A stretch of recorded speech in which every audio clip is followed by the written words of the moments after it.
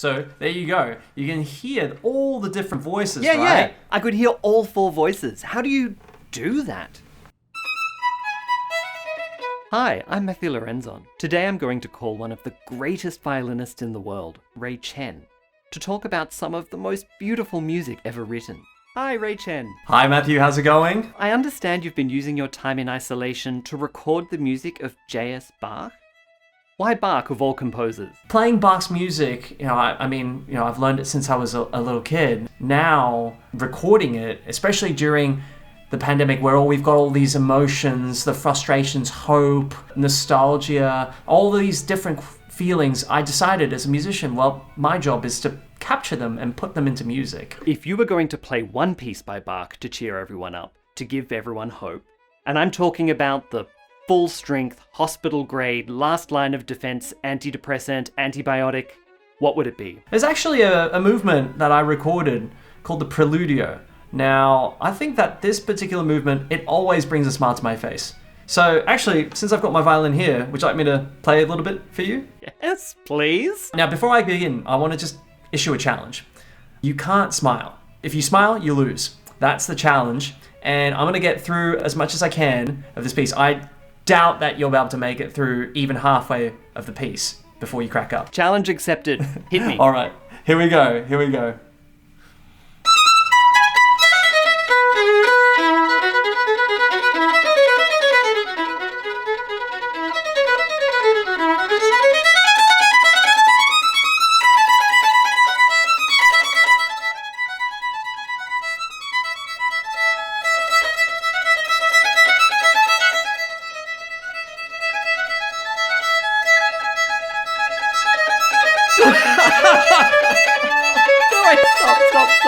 Stop. I just cracked when it started to get so playful and clever. It was kind of like I was hearing 2 or even 3 violins at the same time. What was happening there? Well, we have a technique called just double stops, which is actually when you play 2 strings at once.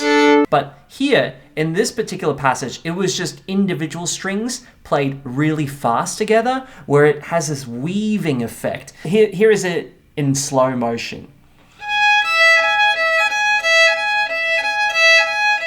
So you see, then when you do it a little faster,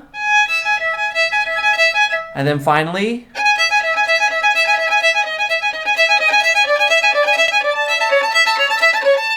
it's like an illusion. It's like if you have 2 images flashing up really fast on the screen next to each other, you'll actually see both at the same time. That's the perfect analogy. So the violin can actually play multiple tunes at once. That's right. And actually, a perfect example of that is called a fugue. There's always 4 voices in a fugue. Suddenly you're dealing with double, with triple, 4 strings at once. And I could give you a little demonstration here. This is one of the fugues from Bach's G minor sonata. It starts on 1 voice. But then is shortly joined in with the 2nd voice.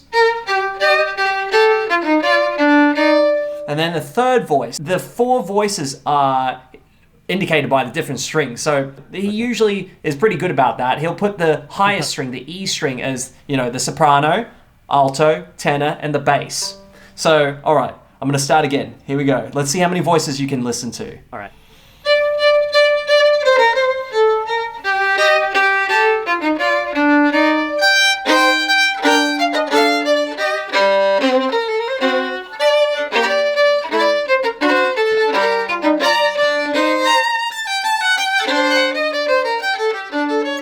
So there you go. You can hear all the different voices, right? Yeah. I could hear all 4 voices. How do you do that? When I was first starting to learn fugues like this, it was always trying to prevent the crunch fest is what we would call it. What does a crunch fest sound like? Here's what I used to sound like. I remember practicing this. This is what a crunch fest sounds like. So it probably sounds all right on 1 string.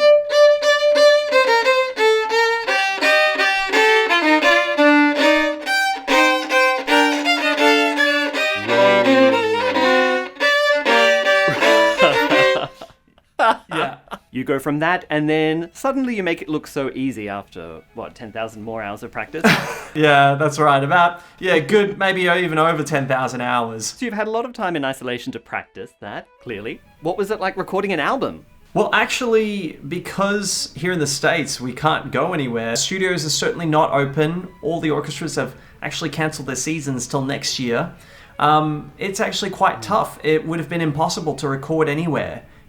So I actually decided to do it right here, in this very room, actually, in my place. It was one of the toughest things I did in my life, but in the end, I think the result was, I was pretty happy with it. And of course, you haven't been completely alone in isolation because you have a really active fan base, in particular on your Discord server, which is an online space where people can chat about music and share themselves practicing and get feedback on their practice. What made you start that? So that all started when, a group of my fans got together and said, we really don't have much to practice for. This was at the beginning of the pandemic. Their lessons were cancelled. School was cancelled, everything was cancelled. I thought, why not give people a reason to practice? And so I set up this platform on this platform called Discord. It's primarily used by gamers, and I set up virtual practice rooms to sort of rekindle that lost, let's say, music school practice room vibe, where that someone is next door practicing to you, so you feel less alone when you're practicing just in your home. What is the most common advice you give to people who are learning Bach for the first time? So specifically for Bach, but can be applied to most other pieces or life in general. Do your research and then make a conscious decision. Do your research, make a decision. So often we confuse, especially in music, and I understand why, we confuse all the emotions, the stuff that we talk about, we think of artists being, but we forget that actually it comes with a lot of preparation. You have to practice to sound good, right? Nobody just gets up on stage and just sounds good having not practiced. Well, thank you so much for sharing some Bach with us today. Thank you so much, Matthew, and it was a pleasure to be here. Hopefully next time I'll catch you in Oz.